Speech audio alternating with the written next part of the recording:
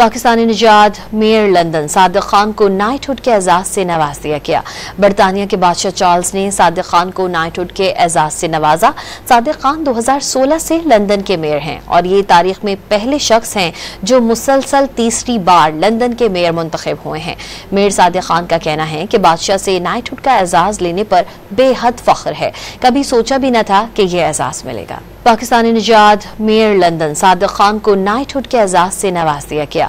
बरतानिया के बादशाह चार्ल्स ने सादिक खान को नाइटहुड के एजाज से नवाजा। सादिक खान 2016 से लंदन के मेयर हैं और ये तारीख में पहले शख्स हैं जो मुसलसल तीसरी बार लंदन के मेयर मुंतखब हुए हैं।